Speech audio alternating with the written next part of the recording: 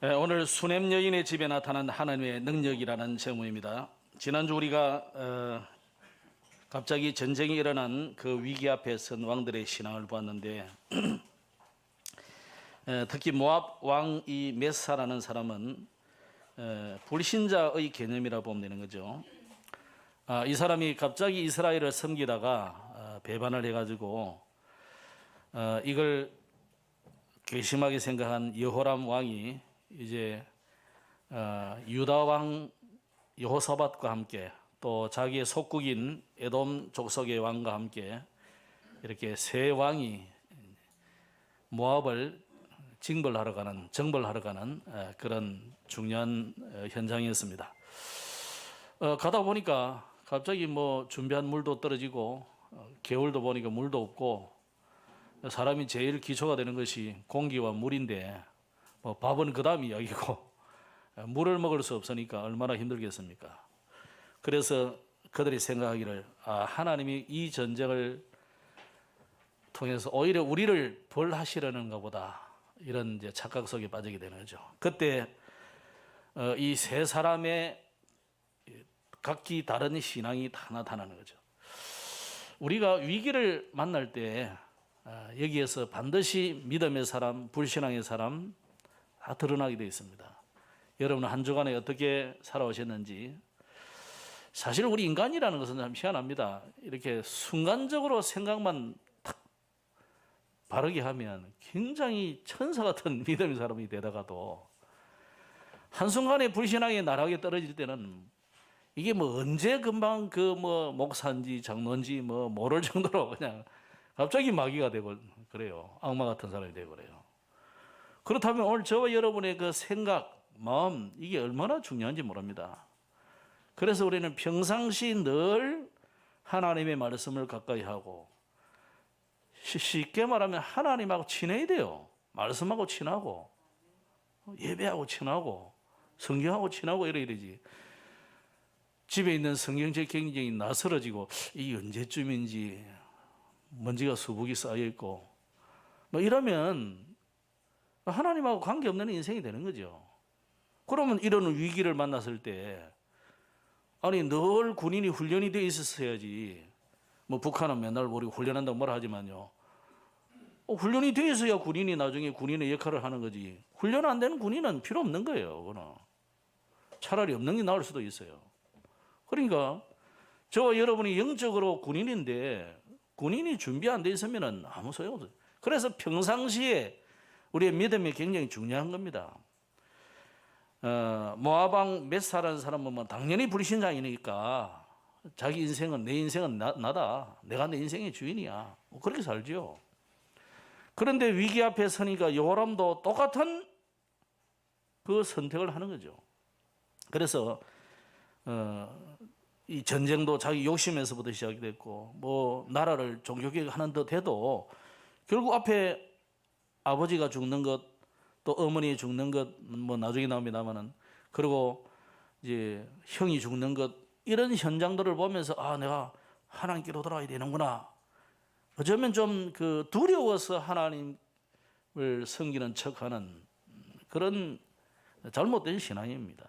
그래서 문제를 만나니까 즉시 하나님을 원망하고 낙심하고 이렇게 되는 거죠. 거기서 우리는 여호사밧의 신앙을 보았습니다. 이 위기를 해결할 수 있는 분은 오직 하나님이구나. 그래서 우리가 이 하나님의 사람을 만나야 되겠다. 그래서 선지자가 혹시 없느냐 찾는 거죠. 오늘 저와 여러분이 어떤 위기가 올 때 우리 하나님 말씀을 붙잡아야 돼요. 언약을 붙잡아야 돼요. 하나님께 가져가면 이건 분명히 해결할 수 있다. 이 믿음을 갖기를 바랍니다. 그래서 지난주 우리 마침 부활주일이기 때문에 우리는 이 부활의 복음을 전달하는 증인이기 됩니다. 여러분은 그래서 여호사밧 같이 이 복음, 축복된 이 어마어마한 복음을 전달하는 통로가 되시기 바랍니다. 또 내 인생의 주인이 누구인지 혹 이 모압 왕 메사같이 내 인생은 내가 주인이야. 오늘 그러고 있다면 여러분의 인생 말로는 비참하게 분명히 될 겁니다. 자, 오늘은 수냄 여인의 집에 나타난 하나님의 능력인데 열왕기 하 4장 전체에 중요한 네 가지 내용이 나옵니다. 이 중요한 네 가지 내용의 공통점이 뭐냐면 삶과 죽음의 갈림길에 있는 이 사람들이에요. 죽음이라는 내용이 굉장히 많이 나옵니다. 굶주려 죽게 되고 경제 문제로 죽게 되고 실제로 남편이 죽었고 아들도 죽고, 희한하게 이게 굉장히 죽음이라는 단어가 많이 나오고 죽음을 예고하는 그런 이런 내용들이 쭉 나옵니다. 네 가지 사건 속에 다 나옵니다. 그런가 하면은 또 여기는 그게 하나님의 사람이라는 단어가 또 많이 나와요. 거의 한 10몇 번이나 나와요. 그럼 무슨 단어만 우리가 검색을 해봐도 뭔 생각이 듭니까? 어떤 죽음의 문제도 하나님의 사람을 만나면 살게 되잖아요. 그죠? 여러분이 어떤 위기가 와도 하나님을 만나버리면 해결된다 이 말이잖아요. 믿으시기 바랍니다. 오늘 설교 끝났는데 이러면 마칠까요? 그래도 뭐 준비한 건 해야 되겠죠. 그래도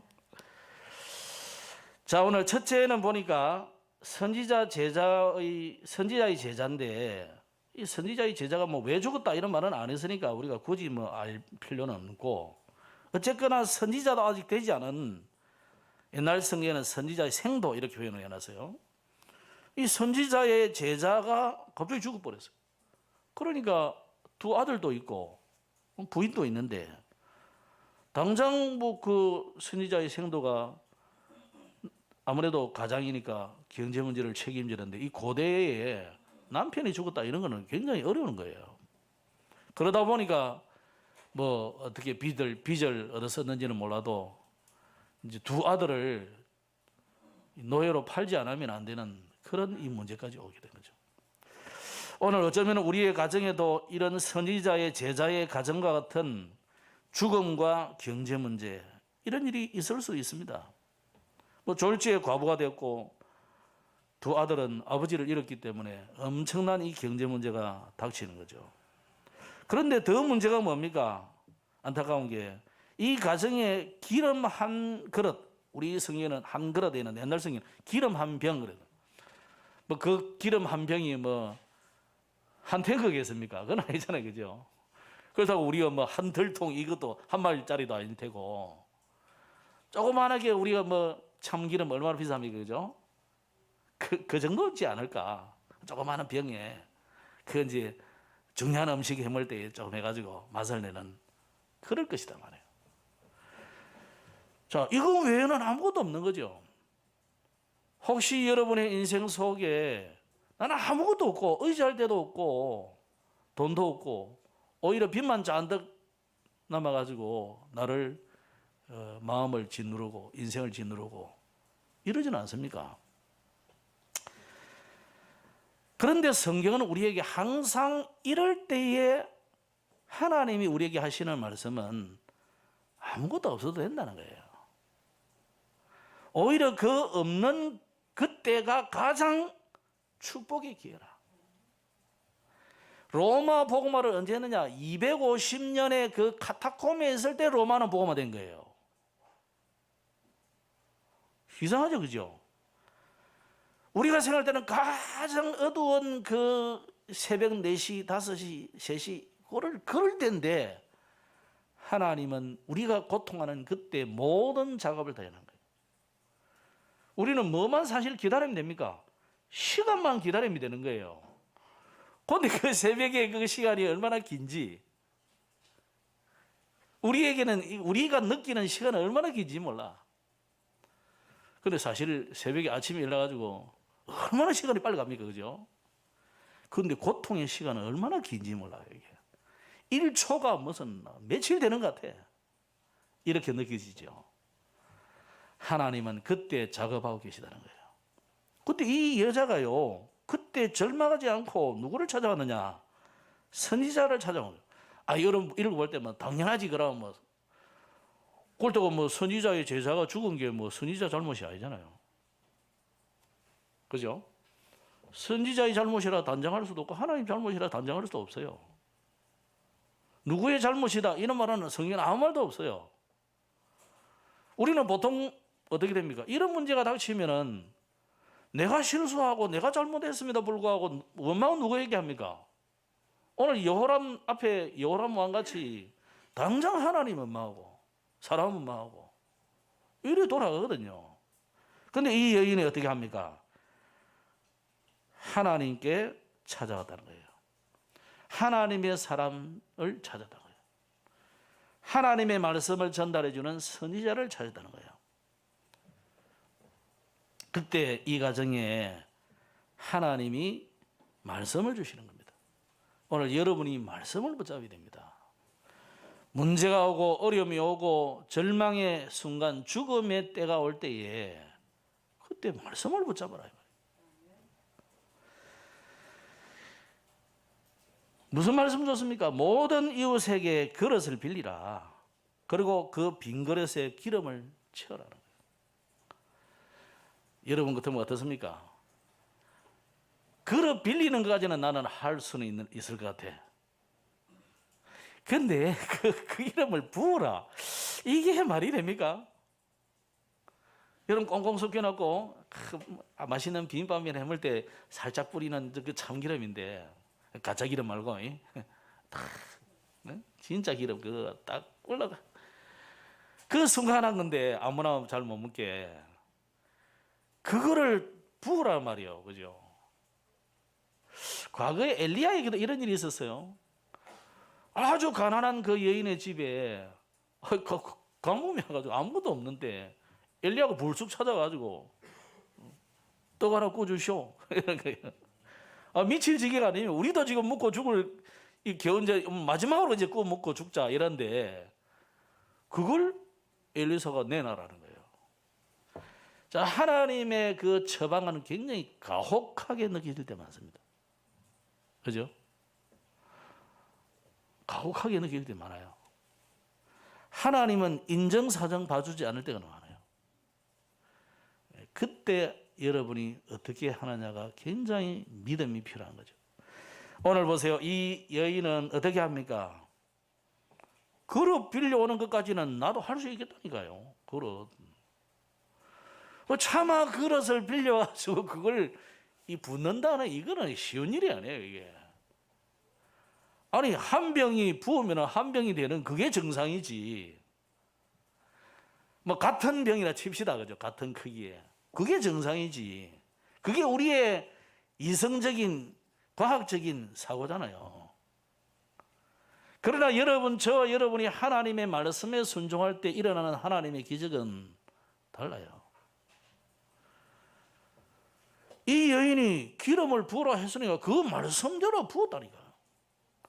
그러니까 이 기름이 어디서 나오는지 하여간 거기에서 계속 나오는 거예요.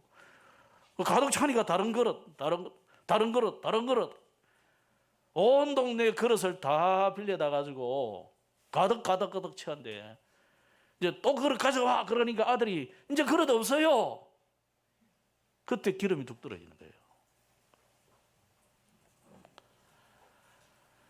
여러분의 모든 가난과 여러분의 모든 궁핍에 모든 안 되는 것에 하나님의 역사하시면 하나님의 말씀을 붙잡기만 한다면은 하나님이 하신다 이 말이에요. 오늘 믿음을 회복하시기 바랍니다. 이 선지자 제사의 부인은 엘리사의 말씀을 하나님의 말씀으로 그대로 믿었어요. 아니 엘리사 지가 뭔데? 지금 뭐 시골에 농부 아니냐? 어? 지가 좀 농부지만 좀 부자였다. 뭐 그거 말고는 뭐 내놓을 게 없잖아요. 그런데 이 여인은 그분의 말씀이 하나님의 말씀으로 믿었다는 거예요. 오늘 부족한 제가 하나님의 말씀을 전달하지만은 저는 저의 말을 하는 게 아니고 하나님의 말씀을 전달하는 거예요. 그랬더니 이 가정에 하나님의 역사가 일어난 거죠. 수넴 여인의 아들 살리는 이야기는 좀 이따가 또 하겠습니다만은 그 이후에 선지자들이 또 막 구걸거리고 막 이래가지고 이제 아마 뭐 소풍을 갔는지 안 그러면 뭐 선지자의 그 생도들의 그 이설 집을 또 정축을 하는지 뭐 알 수는 없어요. 그러나 어쨌거나 밖에다 큰 솥을 걸어놓고 지금 가뭄이 와가지고 힘들 없으니까 이 사람 저 사람이 들어가서 뭔가 뜯어오는 거죠. 근데 이게 오늘 본문에 보면 읽질 않았는데 38절을 보면요, 그 번역이 좀 잘못됐습니다. 그래서 엘리사가 다시 길갈에 이르니 그 땅에 흉년이 들었는데 선지자의 제자들이 엘리사의 앞에 앉은지라. 엘리사가 자기 사원에게 이르되 큰 솥을 걸고 선지자의 제자들을 위하여 국을 끓이라 하니까 한 사람이 채소에 캐러 들에 나가 들 포도 등굴을 만나 들 포도 등굴인 줄 알고 잘라서 들 호박을 따서, 이건 말이 안 되잖아요, 그죠? 이거는 좀 번역 오류 같은데 다른 성경을 보면 주로 그렇게 말한 것이 아니고, 말하자면 그 우리 들에 나가면은 그 수박같이 생긴 조그마한 그 동글동글한 게 있어요, 그죠? 멜론 같기도 하고 이런 게 있어요. 아마 우리나라와 그 나라는 다 상황은 다르지만 주로 다른 번역들은 그렇게 표현을 하고 있어요. 비슷비슷하니까. 이걸 이제 제가 보기에는 메론 같이 생기고 수박 같기도 하고 한 이런 종류들이 아마 독이 있는 것이 있는 것 같아요. 모르니까 그리고 지금 배고픈 시대니까 이게 좀 무슨 양식이 될란가 또 씹어서 따왔겠죠. 그걸 집어넣었는데 이게 이제 독이 있는 거라 말이에요. 누가 간을 한번 보니까 이게 독이 있단 말이에요. 그러니까 이거는 죽음의 독이 있습니다. 그러니까 선지자가 이제 엘리사가 어떻게 합니까? 가루 한 개를 가져와 그래가지고 가루를 풀어 넣으니까 그냥 해독이 됐다는 거죠.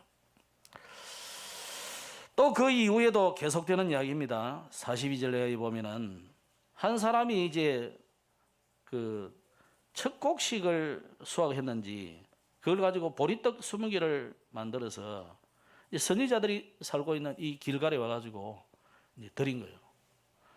보리떡 20개는 보리떡이 제 몸통 하나 넣지는 않을 거다 말이에요, 그죠? 그래서 갈비, 그죠? 아니 더러 큰 거로 크잖아요. 막대기만 하고 그렇게 하거든. 그걸 잘라가지고 먹잖아요. 러시아 사람들은 그걸로 베개도 하고 그러거든요. 실제로 군인들은 베개도 하고 그랬다는 거죠. 크니까 이렇게 암만 커도 지가 얼마나 크겠습니까? 20개를 가지고 100명을 먹인다는 것은 부족한 일인 거죠. 그런데 이것을 가지고 이 엘리사 선지자가 제자들에게 나눠주라는 거예요. 여러분 것도 어떻습니까? 아니 가루를 그 집을 넣는다고 무슨 가루다 한 것도 아니고 그냥 가루를 넣는다고 해독이 되고 100명을 먹여야 되는데 보리떡 20개를 가지고 어떻게 100명을 먹인단 말이야. 이 내용을 가만히 보니까 뭐하고 닮았어요? 예수님이 보리떡 5개와 물고기 2마리 이러면서 5병이요. 이걸 가지고 3,000명을 먹이고 또 나중에는 다른 것으로 5,000명을 먹이기도 하고 이런 일이 났다 그래요. 아마 그것을 떡을 전달해 주는 사람들 신기한 거 아니에요? 분명히 내가 줬는데 예수님이 떡 5개 큽니까? 소년 도시락인데 그 도시락이 요만할 거단 말이에요. 그걸 분명히 있었는데 베드로에게 쏙 주는 거예요. 또 있어. 요한에게 주는데 또 있어. 유다에게 주는데 또 있어. 마태에게 주는데 있어. 바돌로메한테 주는데 또 있어요, 여전히. 얘네들이 또 가가지고 나눠주는데 또 있어요. 몇 바구니 걷었어요? 12바구니 걷었어요. 왜? 12명 제자들이 나눠주러 갔으니까 자기들이 있는 그대로 있는 거라. 이게 그 이야기예요. 그러면서 예수님이 그 뒤에 무슨 이야기 했냐면 제자들이 신기하다 그러면 이 사람들이 보는 거야. 예수님을 왕으로 삼아야 된다. 예수님이 홀연히 사라져 버리잖아요. 제자들 데리고 사라져. 그러면서 나중에 요한복음 보면은 예수님이 설명을 합니다. 너희들이 뭐 떡 먹고 그거 빵 먹고 그게 뭐 배불러서 그게 그리 감동하고 그러냐. 자, 오늘 우리가 너무 육신적인 신앙에 지금 길들여져 있다는 거예요. 응답받고 역사 일어나고 막 기적이 일어나고. 오늘 우리가 사실은 엘리야, 엘리사 하면은요 어마어마한 기사와 이적을 행했던 장본인들이거든요. 그래서 예수님이 제자들을 데리고 변화산에 갔을 때도 두 구약의 대표 인물을 불러냈다니까. 모세와 엘리야 아닙니까? 이름도 비슷해가지고 헷갈려, 그죠? 엘리야, 엘리사. 따지면 뭐 그 사람이 한 거 똑같아, 역사가. 오늘 우리가요 그런 역사와 기적, 이적, 표적에 여러분이 헷갈리면 안 됩니다. 하나님은 우리에게 그 말씀을 그거를 보여주려는 게 아니라 그것으로 인해서 예수님이 그리스도라는 것을 말하고 싶은 거예요. 그죠? 오늘 이 100명의 제자들이 보리떡 20개를 먹고 우리가 100명이 배 두드리고도 남을 정도로 이 먹었다. 그게 중요한 게 아니라니까. 하나님은 광야 40년간의 이스라엘 백성들을 거기서 먹이고 입히고 그들을 조금도 배고프게 한 적이 없어요. 옷이 헤어지지 않고 신발이 닳지 않도록 하나님이 그들을 인도하셨다는 거예요. 그 하나님의 역사와 하나님의 말씀, 언약을 붙잡으라는 것인데 우리는 자꾸만 기사, 이적, 표적, 능력 거기에 자꾸만 헷갈려요. 오늘 저와 여러분이 생각을 바꾸시고 믿음을 바꾸시기 바랍니다. 두 번째입니다. 이 선지자 엘리사의 본격적인 사역의 시작이 이곳에 나타나는데 성경은 이 엘리사를 가리켜 하나님의 사람이라고 부르죠. 아까 말씀한 것처럼 구약에만 해도 70번이나 하나님의 사람이라는 단어가 나오고 신약에도 2번이 나오고 오늘 4장에도 11번이나 나와요. 그럼 이 엘리사가 누굽니까? 열왕기상 19장에 보면은 엘리사를 만나니 저가 12결의 소를 앞세우고 밭을 갈고 있더라 그랬어요. 그런 제사장도 아니고 무슨 방백도 아니고 장로도 아니고 그냥 평범한 농부에 불과해요. 아모스도 자신을 말하면서 뭐라고 하냐면 아모스 7장에 나는 선지자가 아니며 선지자의 아들도 아니요 나는 목자요 뽕나무를 배양하는 자로서 양떼를 따를 때 나를 하나님이 불렀다. 이런 이야기를 고백하죠. 그만큼 이 엘리사도 배경은 없는 사람이에요. 그런데 하나님께서 농부 엘리야를 대신해서 선지자로 부르신 겁니다. 근데 이 엘리사의 모습이 좀 뭐 대머리고 막 그래가지고 그런 것 같아요. 그러니까 아이들이 놀리기도 하고 선지자의 생도들도 좀 놀린 것 같아요. 그래 뭐 엘리사가 뭐 화를 내니까 곰이 나타나가 죽이기도 하고 이런 일이 일어나죠. 자, 중요한 것은 이 엘리사의 사역이 본격적으로 시작됐는데 왜 이런 일들을 보여줍니까? 엘리사가 바로 엘리야를 대신한 선지자다 이거예요. 그리고 3장에서는 지난번 3장에서는 여호와의 선지자로 왕들에게 공인되고요. 오늘 4장에서는 엘리사의 본격적인 사역을 말하고 있는 거죠. 그래서 예수님의 사역도 초기 사역들은 주로 보면 뭐였냐? 기사와 표적을 많이 했어요. 죽은 자를 살리기도 하고 병든 자를 고치기도 하고 귀신을 쫓아내기도 하고 이런 일이 계속 일어나죠. 그런데 대부분 이 기적을 체험하고 맛본 사람들이 이게 사도행전으로 연결되느냐 하면 연결이 잘 안 돼요. 대부분. 왜 그렇습니까?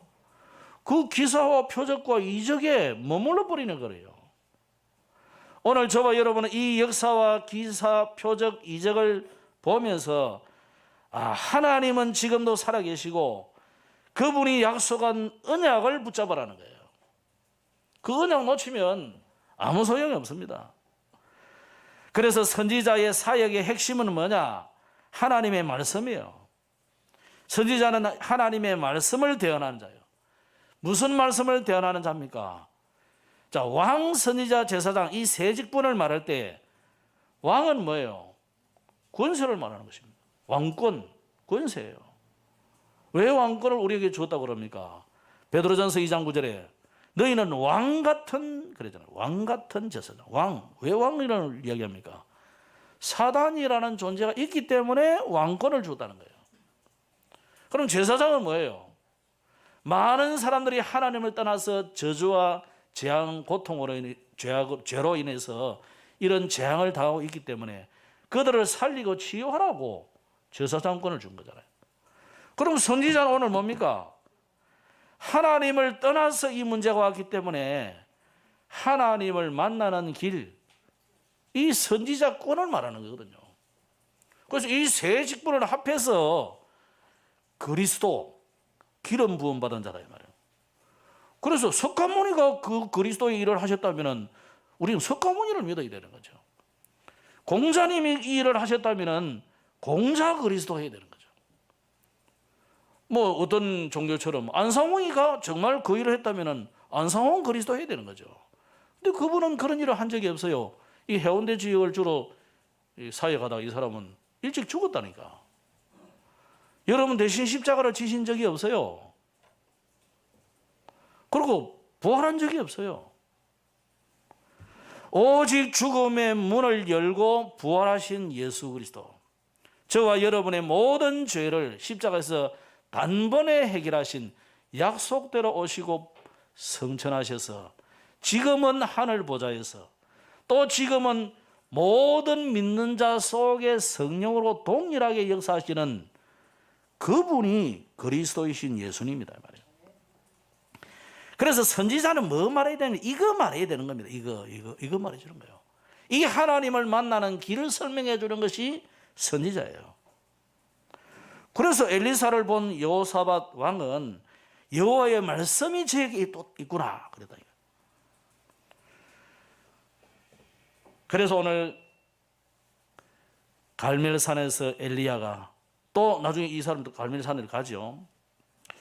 오늘 저와 여러분이 정말 하나님의 말씀, 이 말씀을 붙잡아야 돼요. 역사, 기적, 표적, 그거는 붙잡으면 안 됩니다. 그거는 당연히 하나님이 주시는 것이고, 이제 우리의 믿음은 어느 정도 되어야 되냐? 안 주셔도, 기적 안 일어나고 역사 안 일어나고 응답 없어도 예수님은 그리스도구나, 이래 돼야 정확한 신앙이에요. 아직도 여러분 거기에 쫓아가고 따라가고 그러면 어린아이 신앙이에요. 그걸 보고 어린아이 신앙이에요. 어린아이에게는 자꾸 맛있는 거 주고 칭찬해 주고 그래야 돼요. 맞죠? 어린아이에게 뭐 폐 닦고 뭐 욕하고 뭐 이러면 안 돼요. 어린아이기 때문에, 어린아이는 걷어주고 착하게 해주고 뭐 이렇게 조금 거리를 들어주기도 하고, 점점 믿음이 자라는 어른의 신앙은요, 그리 아니하실지라도의 신앙이 어른의 신앙이에요. 예? 그리 아니하실지라도 나는 죽어도 좋습니다. 이 에스더의 믿음이, 우리의 믿음, 이게 정상적인 어른의 믿음이에요. 이 믿음을 해보시기 바랍니다. 성경은 우리에게 그 믿음을 요구하고 있는 겁니다. 세 번째로 오늘 제목대로 수냄 여인의 집에 나타나는 하나님의 능력입니다. 이 수냄 여인은 금방 말씀드린 것처럼 아주 성숙한 신앙을 가지고 있습니다. 이 하나님의 사람, 이 엘리사가 영적인 이 나라의 지도자임을 알고 지냈어요. 우리나라의 왕은 저 여호람이지만 영적인 서밋은 엘리사구나, 영적인 서밋은 엘리야구나, 엘리사구나, 이걸 분명히 알았단 말이에요. 오늘 저와 여러분이 대통령은 아니고 이 나라의 훌륭한 장관은 아닐지라도 여러분이 바로 영적 서밋이 지금 될 수 있습니다. 내일도 아니고 지금 당장 되는 거예요, 우리는. 그래서 여러분 중심으로 하나님은 모든 일들을 해가는 겁니다. 보세요. 대통령 딱 바뀌면 이제 뭐 좀 있으면 이제 당선만 돼도 저런데 대통령이 딱 이제 취임하는 순간부터 권세가 나오잖아요. 본격적인 권세가 나오거든요. 나라가 달라진다니까요. 여러분이 오늘 영적인 서밋으로 세워지는 순간 여러분의 가정은 달라집니다. 여러분이 이 지역의 영적 서밋으로 사령관으로 설 때 이 지역은 변화가 되는 거예요. 맞습니까? 그렇다면 오늘 우리가 이 나라와 237 복음화의 언약을 붙잡고 특히 우리가 네팔이라는 한 나라를 살릴 언약을 같이 공유하고 있는데 여러분이 영적 서밋으로 세워진다면 분명히 달라지게 되어 있습니다. 오늘 이걸 알고 헌신하시기 바랍니다. 바로 이 수냄 여인은 이것을 알고 헌신한 거예요. 이걸 알고. 자, 그랬는데 이 여인의 배려 헌신이 너무 감동스러워서 엘리사가 이제 좀 필요한 거 뭔지 살펴보고 선물로 좀 주고 싶은 거죠. 그래 뭐 왕하고 친하지는 않지만은 혹시 왕에게 뭐 부탁할 게 있냐? 이런 그런 거 없다는 거예요, 우리는. 보기에 뭐 아쉬울 게 없는 사람이잖아요. 그렇죠? 그런데 뭐 엘리사가 눈치를 못 챘는지 모르겠지만 이 게하시한테 물어보니까 게하시가 그러는 거예요. 예. 뭐 이 집에는 뭐 부족한 게 없는 것 같습니다. 근데 단 한 가지 부족한 게 뭡니까? 뭐냐? 이 집에 나이는 다 많은데 자식이 없는 것 같아요. 아마 제 생각에는 수냄 여인이 남편도 나이 많고 본인도 나이가 적지는 않는 것 같아요. 그죠? 아마 포기했겠죠. 나이가 많으니까. 뭐 이렇게 주의 종을 섬기고 하나님 일에 교회를 살리고 이 일이 자기의 사명이고 천명이라 생각했겠죠. 그때 이 엘리사가 자기 할 것을 알은 거죠. 그래서 바로 이야기합니다. 불러와서 내년 이맘때에 당신이 나를 만날 때는 당신 아기를 안고 있을 것이다. 이 말을 했는데 이거 뭐 아니라고 막 그러는 거죠. 괜찮다고. 나를 속이지 말라 말을. 그 말을 할 때는 보니까 기도를 많이 했는 것 같아요. 안 그렇겠습니까? 그 나이 많도록. 하나님은 그거는 안 주는 것 같다 이런 생각했을 수 있겠죠. 뭐 다른 사람 다 자식 주지만 뭐 우리 가정에는 굳이 안 주셔도 뭐 됩니다 이랬을 것 같아요. 자, 그런데 중요한 거는 아기를 주신 것이 문제가 아니고 어느 날 이 아이가 머리가 아프다 하더니 갑자기 죽어버리는 거예요. 그때 이 수냄 여인이 하는 행동을 보세요. 또 여기 이게 참 믿음의 사람은 달라요. 우리 같으면 울고불고 야단 안 나겠습니까? 남편 불러가지고 우리가 선지자한테 속았다면서 봐라 우리가 그때 속이지 마십시오 했더니 우리를 또 속였다면서 아마 뭐 하나님 원망하고 선지자를 원망하고 믿어도 소용없다 이러면서 동남성교회 떠나자 최 목사를 만나는 것이 인생 최대의 실수다 이러면서 그래 안 하겠어요? 내가 만날 때 알아봤다면서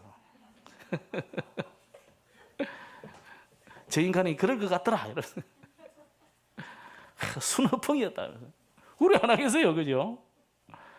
아무 웃는 걸 보니까 뭐 그럴 것 같아 그죠? 최 목사 그럴 것 같은 모인데 내가 보니까 그런 것 같더라고. 야.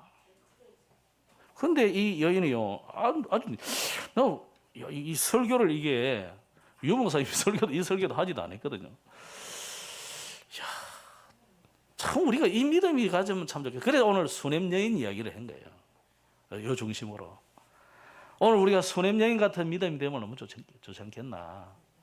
이 사람 보세요.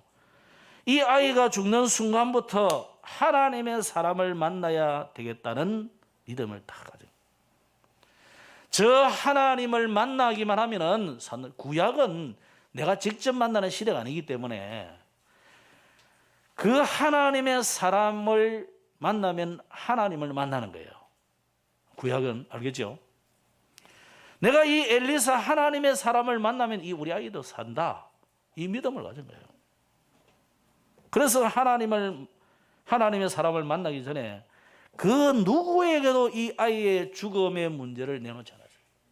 자, 여러분, 우리는 어찌합니까? 문제 생기면 막 울고불고부터 시작해서 사람 만나서 의논하잖아요. 이거 어쩌면 좋겠나?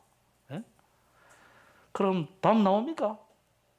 뭐 또 뭐 유능한 사람은 이래라 저래라 하겠죠. 그게 이제 우리의 실수인 거예요. 아무리 훌륭한 사람 상담을 잘해주고 대단한 일을 해도 이 아이의 죽음의 문제를 걸어놨잖아요. 여러분의 문제가 아무리 크고 작고 상관없이 우리는 늘 어디로 항상 가야 됩니까? 이 문제를 주신 분이 하나님이고 이 응답도 주신 분이 하나님이고 이 문제를 해결할 분도 하나님이라는 것을 믿으셔야 돼요. 이게 우리가 잘 안 된다니까. 그래도 하나님이 하실 게 있고 우리가 할 게 있지. 그래 맞아요. 저도 뭐 젊을 때 워낙 그런 이야기 많이 들었어요.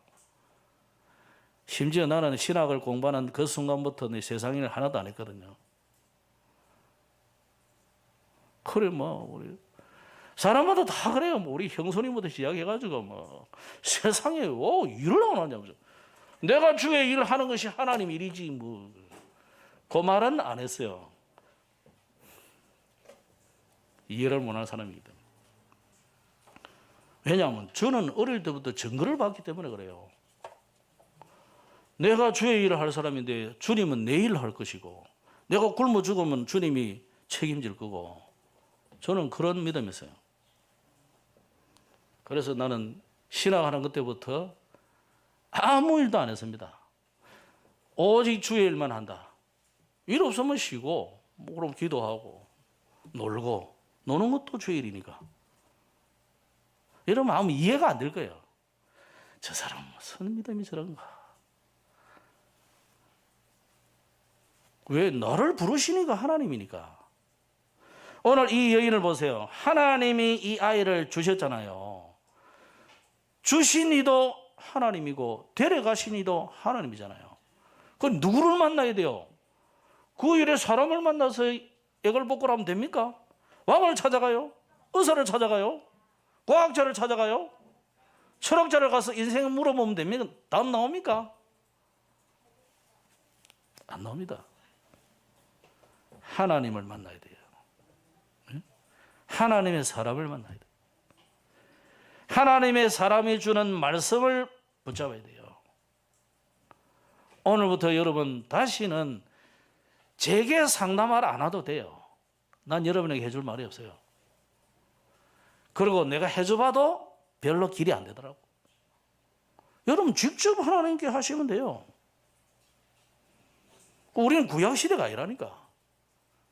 여러분은 직접 하나님과 대화할 수 있는, 하나님께 질문하면 하나님이 답을 주신다니까요. 믿으시기 바랍니다. 오늘 이 여인이요, 아들의 죽음에 대한 원망, 한탄, 당황, 분노 일절 안 했습니다. 하나님이 주셨고 하나님이 데려가셨기 때문에 하나님이 이 일을 해결할 수 있다고 믿었어요. 그래서 엘리사를 찾아간 거예요. 근데 이제 막 오니까요, 분명히 저 멀리서 오는 게 보이니까 아마 뭐 이 여인이 부자니까 뭐 종들하고 같이 안 갔겠습니까? 혼자 갔겠습니까? 그러니 게하시를 보내가지고 평안하냐 평안하냐 평안하냐 세 명 물어요. 세 번을. 네가 편안하냐, 네 가정이 편안하냐 이런 묻잖아요. 대답도 안 하고 그냥 계속 오는 거야. 그러니까 이 엘리사가 이 아이고는 뭔가 큰일이 났구나. 그래가지고 엘리사가 직접 가잖아요. 그 만나서 가지고 이 아이를 살려냅니다. 자, 당연히 뭐 살려내는 거죠. 오늘 여기에서 여러분 엘리사를 통해서 주시는 하나님의 말씀을 여러분 어떻게 생각합니까? 오늘 우리 교회 강단은 어떻게 생각하십니까? 여러분? 보잘것없는 자가 서서 하나님 말씀을 전해도 하나님의 말씀으로 받으셔야 돼요. 그게 여러분이 사는 길이에요. 제가 사는 길이에요. 그죠? 우리는 그런 생각 안 하거든요. 뭐 주일 뭐 목사님이 하시는 말씀 목사의 말이고 성경은 성경이고 나는 나고. 그러면 여러분 어떻게 되느냐? 여러분은 여러분 되는 거예요. 여러분 인생은 그냥 그 인생이 되는 거예요. 오늘 여러분이 하나님의 말씀을 귀하게 여기고 하나님의 말씀을 진짜 믿는다면은 하나님이 여러분 인생을 책임지는 인생이 되는 거예요. 이 아들이 살아난 것은 당연한 거지. 여러분을 이 땅에 보낸 것도 하나님이시고요. 데려가신 이도 하나님이에요. 그럼 그 중간에 사이에 있는 모든 사건, 일도 누가 주관한다는 말이에요? 하나님의 절대 주권. 그 속에 이런 일이 생겼다. 절대 계획이 있는 거예요. 그럼 오늘 왜 이 사건을 우리에게 수냄 여인의 사건과 이 선지자의 생도의 아내의 이 사건과 또 제자들의 이 국 이야기, 빵 이야기 왜 우리에게 줍니까? 누구든지 하나님을 만나면 다 살게 된다 말이에요. 예? 어떤 문제도 하나님을 만나기만 하면은 해결받을 수 있다는 거예요. 그래서 오늘 여러분 놓치지 마시기 바랍니다. 하나님의 사람을 섬기고 하나님을 경외하는 이 남은 자 수냄 여인, 이 사람의 믿음을 오늘 또 본받으시고 말씀 맺겠습니다. 오늘 보니까 이 죽음이라는 이 어마어마한 사건이잖아요. 계속 죽음, 선지자의 생도가 죽고 이 수냄 여인의 아들이 죽고 또 너무 가물어가지고 흉년이 와가지고 지금 제자들도 먹을 게 없고 빵 2개, 20개 이거 가지고 100명을 뜯어모어야 되는 이 안타까운 현실이잖아요. 이게 아마 여러분의 현실일 거예요. 여러분의 현장의 일이고. 지금 앞으로 전 세계가 얼마나 어렵겠습니까? 자, 오늘 그때 저와 여러분이 뭘 붙잡아야 됩니까? 이런 기적이 오늘날도 일어날 수 있는가? 어떻게 생각합니까? 초대교회의 그 역사가 지금도 일어날 수 있는가? 이건요, 신학자들, 목사들도요, 이상한 소리 하는 소리. 그거는 그때 일이고 지금 아니란다 이거예요. 천사와 귀신 그런 거 그때 있었고 지금 없다는 거예요. 무슨 천사가 나이가 있습니까? 천사는 나이 없어요. 하나님은 나이 있습니까? 하나님 연세가 너무 많아서 좀 힘드십니까? 그때 천사는 지금 늙어가지고 지팡이 짚고 다닙니까? 근데 내가 어떤 데로 보면요, 불신자들이 믿음이 더 좋아.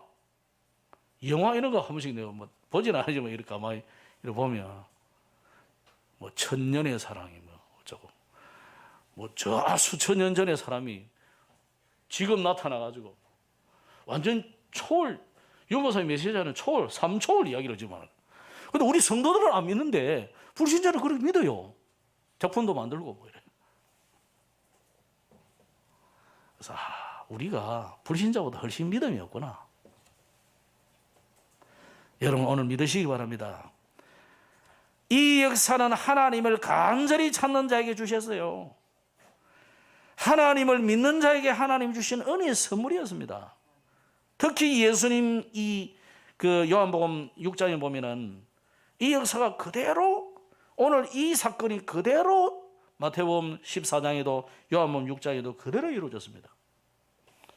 그렇다면 오늘 저와 여러분의 현장에 지금 뭐가 필요합니까? 하나님의 역사가 필요하잖아요. 그죠? 심지어 죽음도 초월하는 하나님의 재창조의 능력이 지금 필요한 겁니다. 하나님께 못 하시는 것이 있겠습니까? 그러면 오늘 이 시대에 필요한 자가 누굽니까? 오늘 이 네 부류의 사람인데, 네 사람이기도 하고 이 시대에 진짜 하나님이 필요로 한 사람이 누구겠습니까? 오늘 믿음의 사람이에요. 하나님이 지금 원하는 사람은 하나님의 능력을 믿기를 원하잖아요. 워낙 안 믿으니까. 오늘 믿음 회복하시기 바랍니다. 그러면서 이 하나님의 말씀을 전달하는 하나님의 사람이 필요해요. 바울은 디모데를 가리켜서 뭐라고 했냐면 디모데전서 6장 11절에 보면 오직 너 하나님의 사람아, 오직 너 하나님의 사람아 하면 옆에 사람에게 한번 불러봅시다. 오직 너 하나님의 사람아.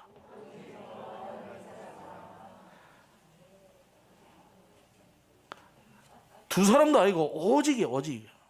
오직 너는 하나님의 사람이다 이거예요. 그 오직 너 하나님의 사람에게 바울은 뭐랬냐면 네가 누구에게서 배운 것을 알며, 쉽게 말하면 디모데 네가 내한테 배웠지 않냐 이 말이야. 그죠? 내한테 배운 게 있지 않느냐 말이야. 그럼 바울에게서 뭘 배웠습니까? 뭐 이거 해라 저거 해라 뭐 훌륭해라 그런 거 배운 게 아니라니까. 복음이 그대로 증거된 거 아닙니까? 오늘 어떤 사람을 하나님이 필요로 합니까?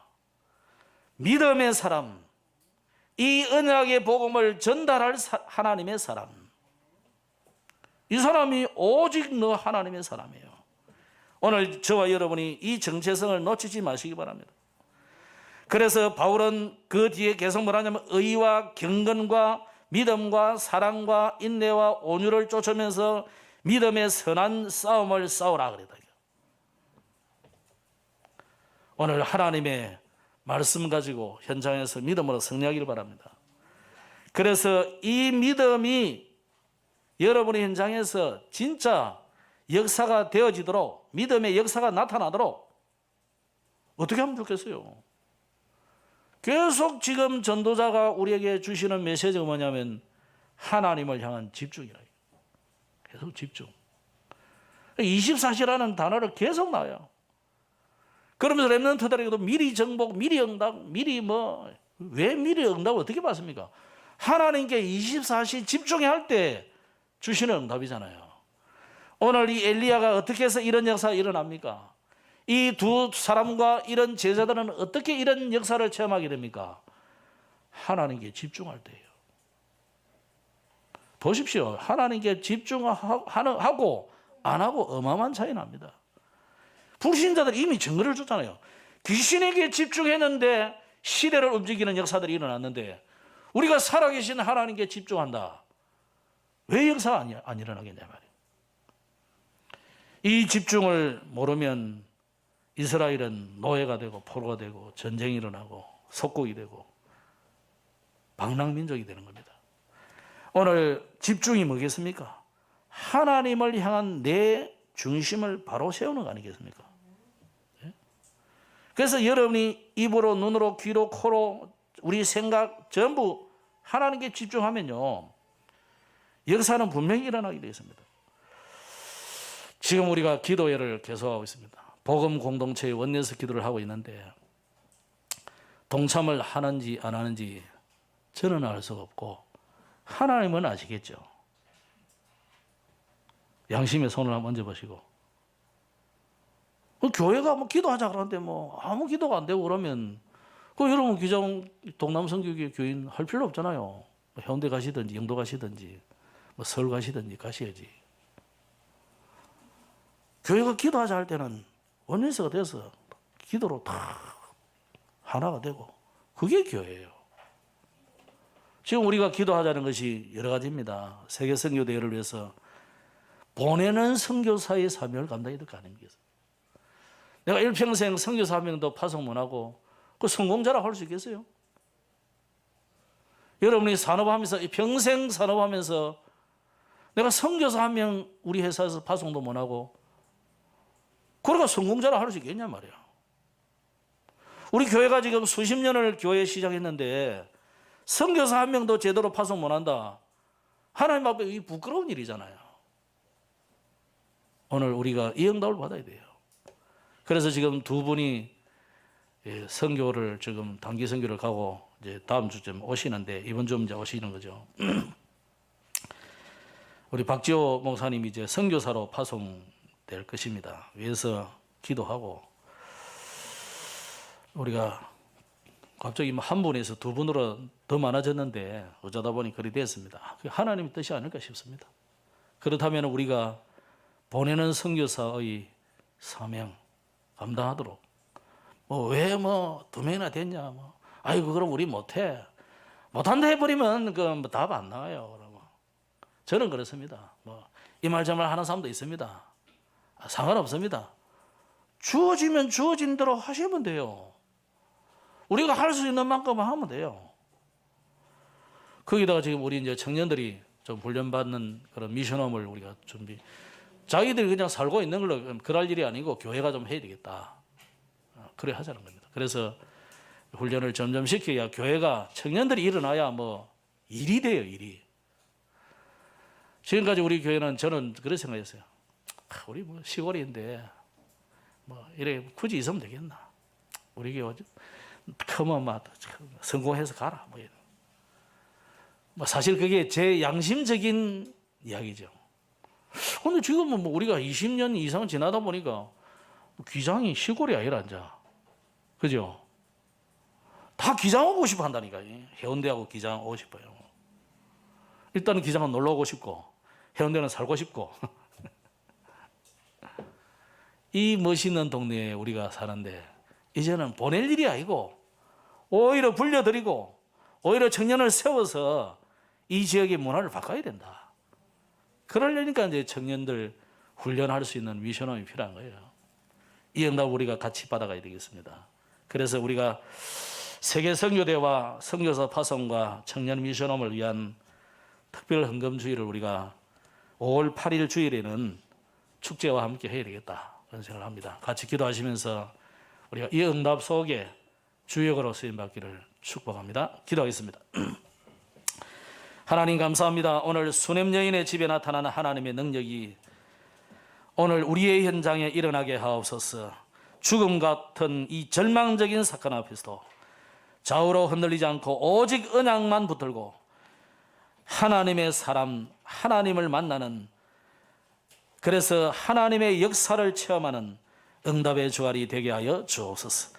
주 예수님 이름으로 기도드렸습니다. 아멘.